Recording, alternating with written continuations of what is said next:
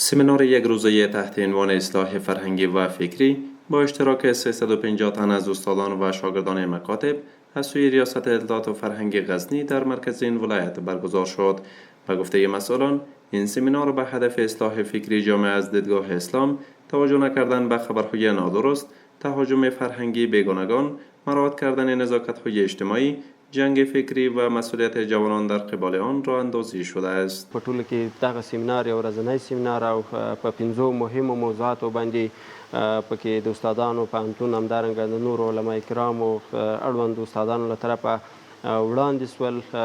دغو موضوعاتو کې تر ډیره مهم د اهمیت حفاظت فکر سالم و عقیده سالم، همدارنګه رسنیزه پوهه او د دې ترڅنګ فکري جګړه یا فکري انحرافات او ټولنیز یا اجتماعي نزاکتونه او همدارنګه د ځوانانو رول د ټولنې او خلکو په اصلاح کې یا د زده کوونکو رول. علم عرفان جلال الدین بلخی، ابو علی سینا، سلطان محمود غزنوی و احمد شاه بابای عبدالی را داشتیم، ولی امروز تاریخ ما در کجا بود و امروز ما کارهای چی را میکنیم؟ آیا آن تاریخی را که برای من بزرگان ایشته است آیا آن را ما تعقیب نموده ایم؟ آیا تاریخ سے اول متبریه کی دم عملی کړی دی کم نه عملی کړی؟ نو دا دښمن ډیر کار کوي. بل هدف د فکري جګړې دا و مسلمانان د ژبې و د قوم په اساس باندې ویشل دي. از سوی دیگر اشتراک کنندگان برگزاری چنین برنامه‌های آگاهی دهی را مؤثر دانسته و از مطرح شدن موضوعات فرهنگی و فکری در این سمینار ابراز خرسندی کردند.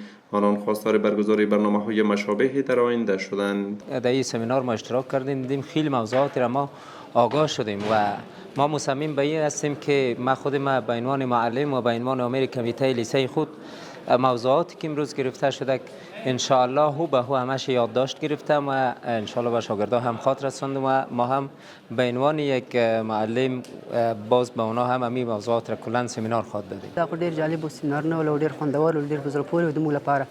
دې کې موږ ډیر څه زده کړل او ډیر په زړه پورې څه موږ ته برابر شوي ول. پکې هیله ده چې په راتلونکي کې هم دا سمینارونه برابر شي او د ټول هغه ګډونوال بیا ګډون کوي او ډیر څه زده کوي او موږ ته ډیر جالب او ډیر خوندور ول. شایان ذکر است که ریاست اطلاعات و فرهنگ غزنی هر از گاهی با برگزاری برنامه‌های آموزشی و آگاهی دهی تلاش دارد زمینه آگاهی بیشتر جوانان و دانش آموزان را در بخش‌های فرهنگی، اجتماعی و فکری فراهم سازد.